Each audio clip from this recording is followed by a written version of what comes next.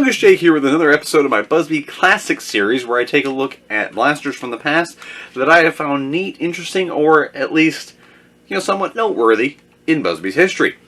And this time we're going to take a look at the Busby Tech 4. Now this was originally released in 2004 as a addition to the Tech line, and it originally came in a very long configuration with a rear draw priming mechanism and a direct plunger tube. Kind of noteworthy for the day, and while it had 4 shots, it was manually rotated. That still lives on today with the new Adventure Force SpringFire, which is basically a much more modernized Tech 4. Now there is 2 distinct body styles for the shell of the Tech 4. As you can see here, we have our original, and this came in a couple of key colors. We had the yellow and also a green primary color with the opposite color being the secondary. But then we also had a color scheme that was a little more rare and noteworthy, as I grab here, which came in with black accents. Both as still as the green primary and yellow as well, but with black being your secondary color. A little less common, but still the same body and also in the same year. Mine are all actually showing 2004 as the release year. Now the second main body style was released later in 2011 and featured a complete redesign. This was also later called the Rogue. Now don't confuse the two, they are the same shell, but the Tech 4 was released with this shell, and just so that you can see, I do have a Rogue actually right here behind me.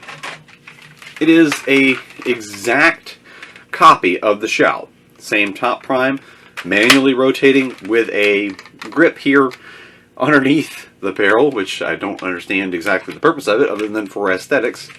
But this design actually has a very similar redesign look to it as the Tech 6 that most people know, with the top prime and front cylinder. Moving on though, what do you get with the original Tech 4? Well, the original Tech 4, of course, being rear prime, it still will fire without modification current modern day X-Shot darts. They are, of course, the one I recommend for all classic Busby blasters.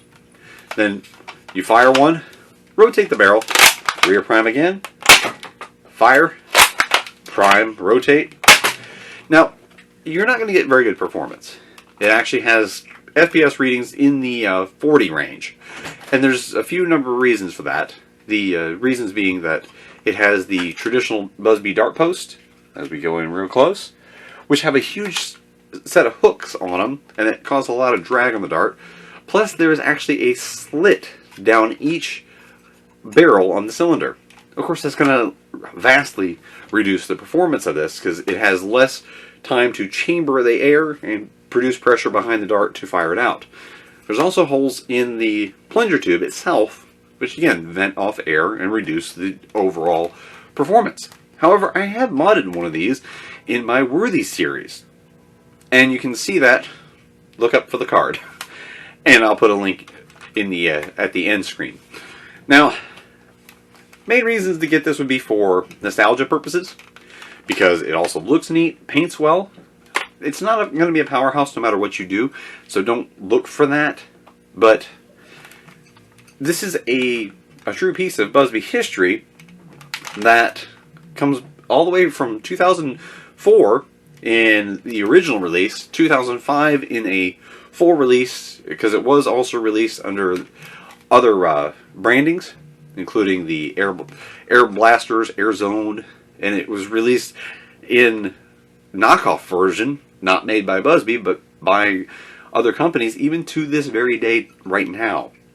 I actually ran into one in the local Roses, which is a variety store under the wholesale retailers group, which they have a number of different names, and it was actually here in 2021 a Chinese company was making a knockoff Tech 4. So it still lives on, but you'd say the spirit of it lives on truly by Busby with the SpringFire, which is a fantastic little pistol you can pick up for $4 at your local Walmart. So, if you want a modern day Tech 4, get that. Actually good performance in a solid shell that can handle modding very easily. This, however, it's kind of just one of those classics. But it is one of the earliest blasters, and again, multi-shot capability in what's still a reasonable size, and going all the way back to that point in time, that's not a bad thing when most blasters were single shot or very large and bulky. And again, direct prime on a direct plunger tube when Nerf was still going with reverse plungers and all kinds of oddball designs. But that is the Tech 4 in the Busby Classic series.